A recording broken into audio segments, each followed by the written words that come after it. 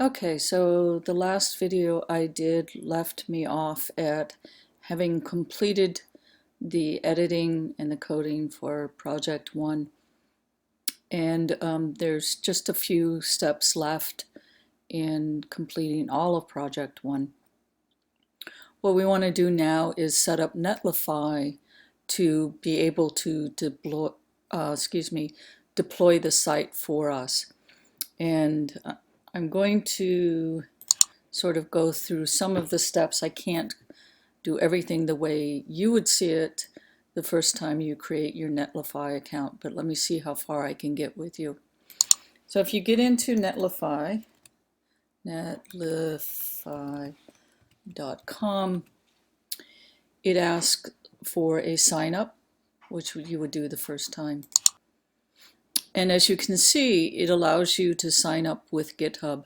So normally, if I were doing this for the first time, I'd have GitHub open in a separate tab, and then I would be able to sign up for GitHub, and I'd get the authorization screen that said, do you want to authorize Netlify to get into your, to have access to your GitHub repos? And so you would click on all of that. Since I already have a Netlify login, netlify.com, as you can see, I've got GitHub open already in this tab here, and I can just do a login and choose to log in with GitHub. Okay, so I have a lot of sites here. You'll come in to this page and it will all be empty, but this new site from Git button is what you want to press. And we're going to get in here and create a new site. So we want to choose GitHub. And again, you may have to do an authorization step at that point. And what you have to do is make sure that you pull this down and go to IDMX 225. Now you'll probably only see yours. Of course, I'm part owner in everybody's repos, so I'm just going to search for IDMX student, and hopefully that comes up. Here it is. So I'm going to click on that, scroll down, and deploy site. And the site is in progress. There it goes. It's usually fairly quickly.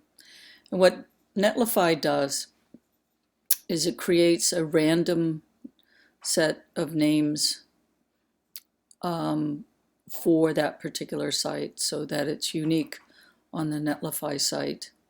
And the problem with that at this point for me with grading is I cannot predict what the random name Netlify is going to give you. So what you should do at this point is hit Site Settings and go down and do a change site name.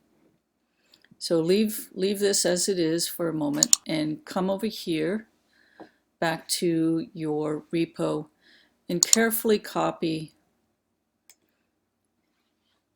And I think I'm gonna, I can do it with, copy the name of that repo, the name of your repo. Come back, take that out and paste it in and save. So now the link to this website is project-1-idmxstudent.netlify.com, and we can click on that, and there is the website. It's live. So we're almost done. I'm going to click on that link and copy it, open yet another tab, and search for HTML validator The link is also in the blog. If you ever want to look it up, it's under resources in the blog.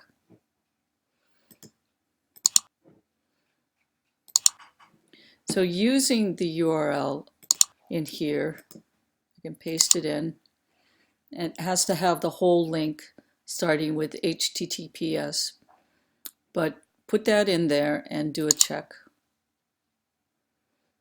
And what we're looking for is this green banner that says no errors or warnings. And that's about it.